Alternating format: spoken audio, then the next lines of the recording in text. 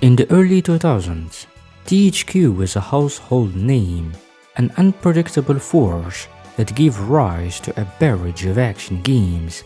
Some were licensed, some original, and a few genuinely unique. Amid their versatile catalogue sat a strange glowing gem, Alter Ego, a sci-fi fever dream that dared to blend hack-and-slash combat with time manipulation and shape-shifting suits. It wasn't a blockbuster, it wasn't even a sleeper hit, but for those who found it, Alter Ego felt like a peek into a more ambitious future that never came. This is the untold story of Alter Ego, Outrage Games' last masterpiece.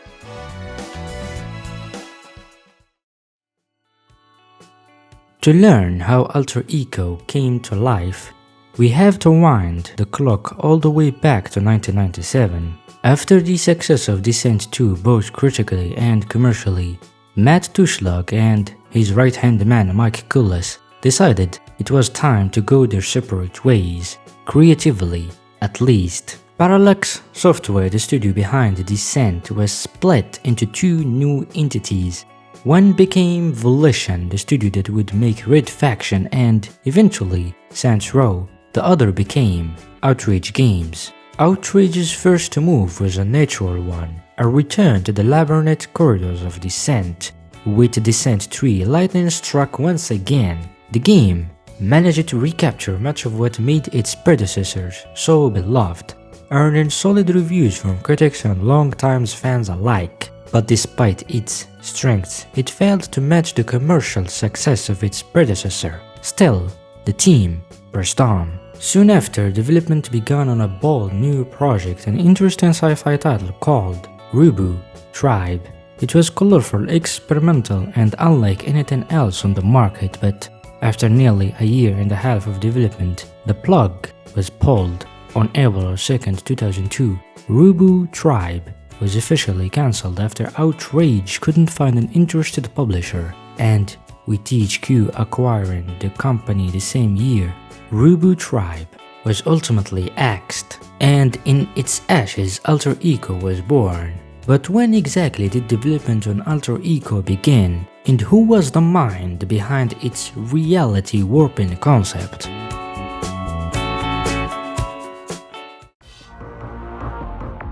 In its early stages, Alter Ego wasn't even called Alter Ego. Internally, it went by the codename Malkulis, a strange, almost alien-sounding title that hinted at the surreal direction the project would eventually take. But who actually came up with the core idea? In a conversation I had with lead designer Andy Crosby, he shared insight into the game's earliest days and how Malkulis began to take shape. If I recall correctly, the original pitch was made by Matt Tushlock and Matthew Long. It came out of the technology we had. One of the programmers figured out a way to interpolate between meshes while they were animating, and it looked pretty cool. So there was talk of trying to figure out how that could be a gameplay mechanic. I believe they had some meetings with the THQ brass, where they sort of put together a list of features and the idea that there would be three forms with different gameplay focus. The early codename was Malkulis. Back then, the game looked and played differently than the version that eventually hit store shelves. The camera was different, the perspective was different, and Nevin, the game's main character, barely resembled the protagonist players would come to know. At one point, Alter Ego was practically a spiritual echo of Devil May Cry. Crosby recalled that the team drew heavy inspiration from Capcom's genre-defining action title, hoping to capture similar energy and style, but rather than producing a complete copy-paste clone, they aimed higher, designing a combat system that fused three key mechanics: real-time action, time manipulation, and shape-shifting transformations, all in one. Matthew Long and I were both very much looking to capture something similar to Devil May Cry, where there was a seamless blend between gunplay and fighting. Andy recalled, in the original builds of the game we had a similar camera system where each room had a camera on a rail instead of following behind the player. However, the producer at THQ wasn't satisfied with how Malculus looked early on, and so changes were made.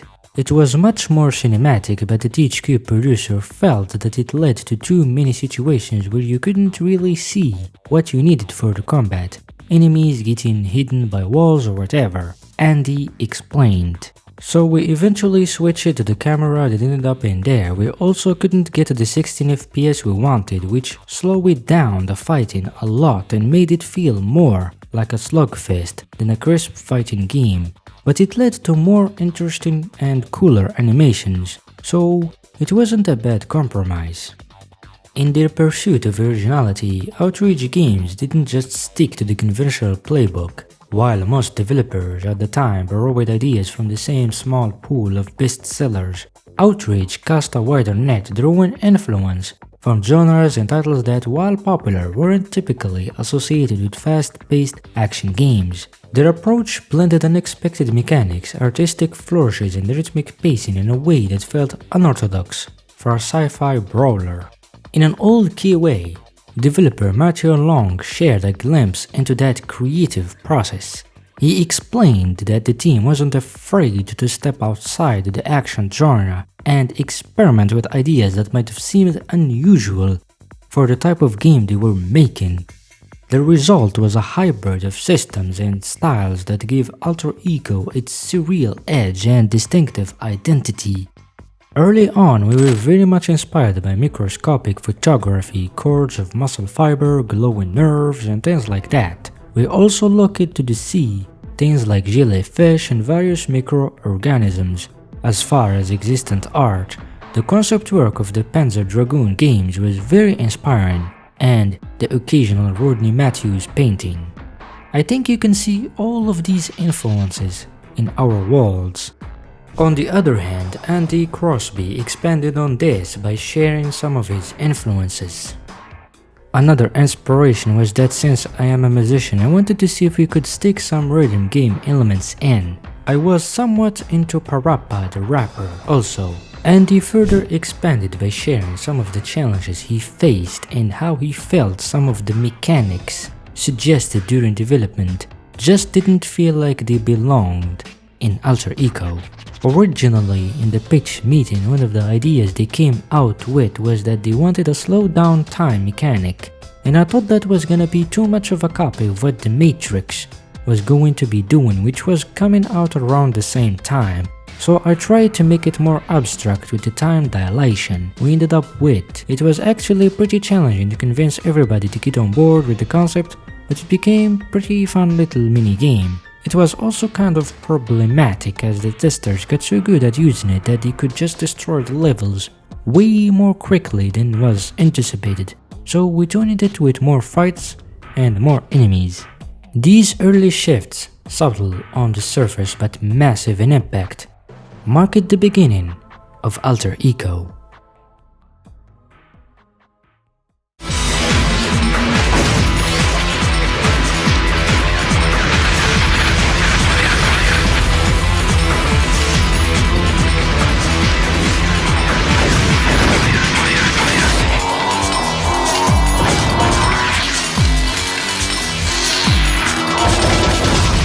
Alter space, alter time, alter echo. Coming in 2003.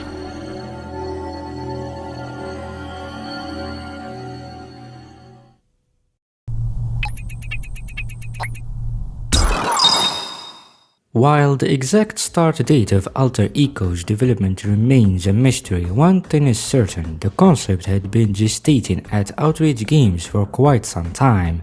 Judging by the timeline, it's safe to assume the game spent roughly 3 years in development before it finally emerged into the spotlight. On May 14, 2002, THQ pulled back the curtain on its upcoming lineup, and nestled among the titles was Alter Ego. In the weeks that followed, the game was everywhere. It appeared in magazine previews, print advertisements, and cinematic trailers that promised something bold and visually arresting.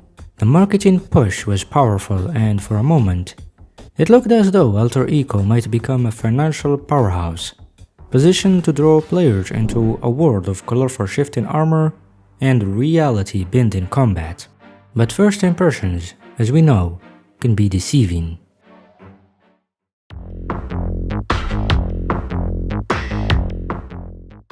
Once Outrage Games finished making their masterpiece, THQ brought Alter Ego to store shelves, launching it in August 2003 in North America, a month later in Australia, and in October in Europe. The reception, however, was mixed. Some outlets like IGN, Game Informer, and Play recognized what Outrage was trying to achieve: an experimental fusion of combat, style, and storytelling. Others weren't as kind, brushing it off as yet another action-adventure title in an already crowded genre.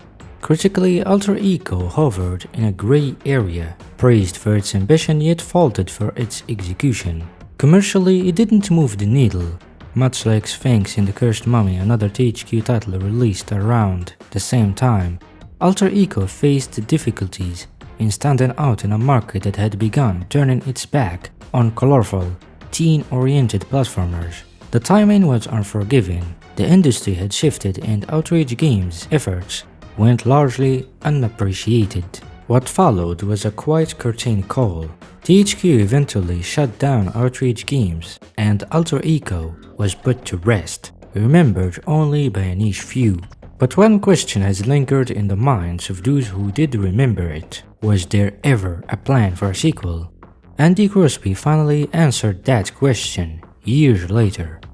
I think for most games there is an expectation that if it becomes successful we will want to make a franchise out of it. But obviously that didn't happen with this one. We didn't have any specific plans for a sequel or anything like that. There were some story ideas we had that we didn't use that might have made possible avenues.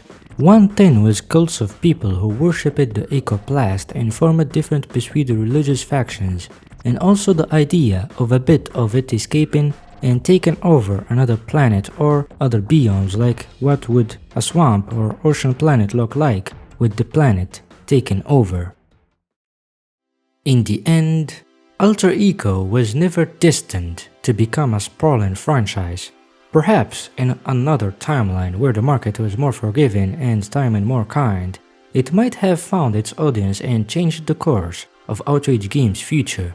It may not have broken into the mainstream, but what it did become was something quieter, yet no less meaningful, a cult classic, a strange, ambitious ego from a studio that dared to dream differently.